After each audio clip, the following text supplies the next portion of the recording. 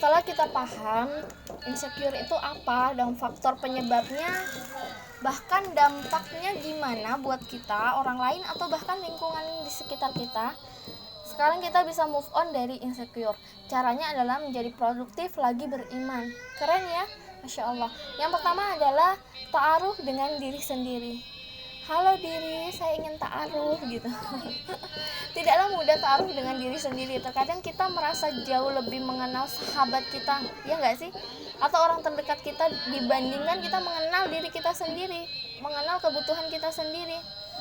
Misal, dari mana sih kita berasal, apa sih tujuan penciptaan kita, apa misi hidup kita, seberapa bermakna hidup kita, apa sih yang kita cari di dunia ini. Dengan belajar ta'aruf dengan diri sendiri akan membuka lembaran kehidupan yang sesungguhnya buat kita. Nah, tidak ada yang betul-betul paham ya mengenai dirinya kita selain kita pribadi. Namun tak jarang usia kita bertambah, tapi kita nggak bisa selesai dengan diri kita, nggak bisa berdamai dengan diri. Misalnya kita butuh apa sih, kita yang cocok yang mana, yang nggak cocok yang mana. Terkadang kita masih gagal gitu dalam mengenali diri. Bener lah, aku juga kadang pernah gitu ngerasain hal seperti itu, sahabat. Mungkin teman-teman juga ya. Jadi poin penting adalah coba yuk kita ta'aruf dengan diri kita sendiri.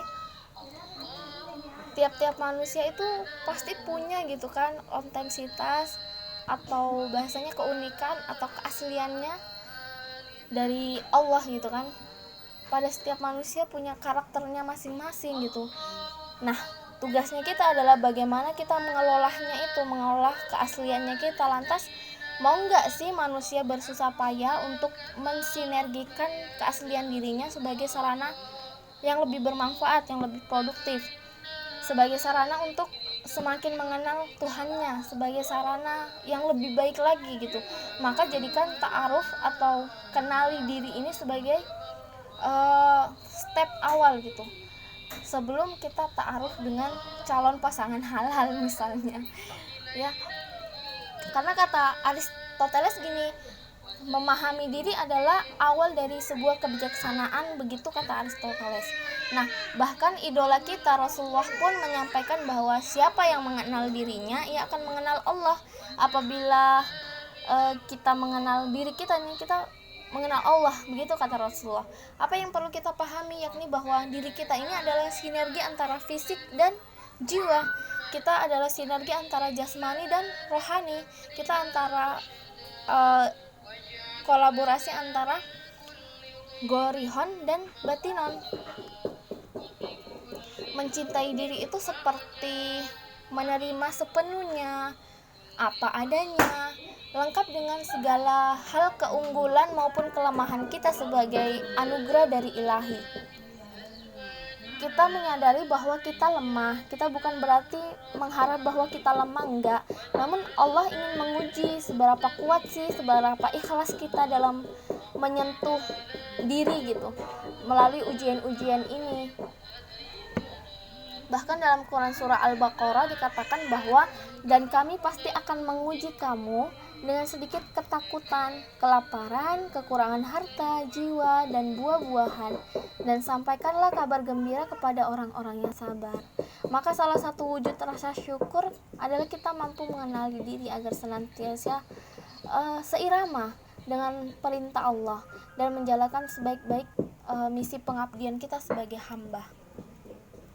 Beranjak dari sana, kita harus mampu menganalisis, muhasabah diri sebagaimana kalau kita pandai gitu kan mengoreksi orang lain, sekarang pandai-pandailah mengoreksi diri gitu. Pandai-pandailah muhasabah diri tentang potensi kita gunakan untuk apa sih yang lebih bermanfaat.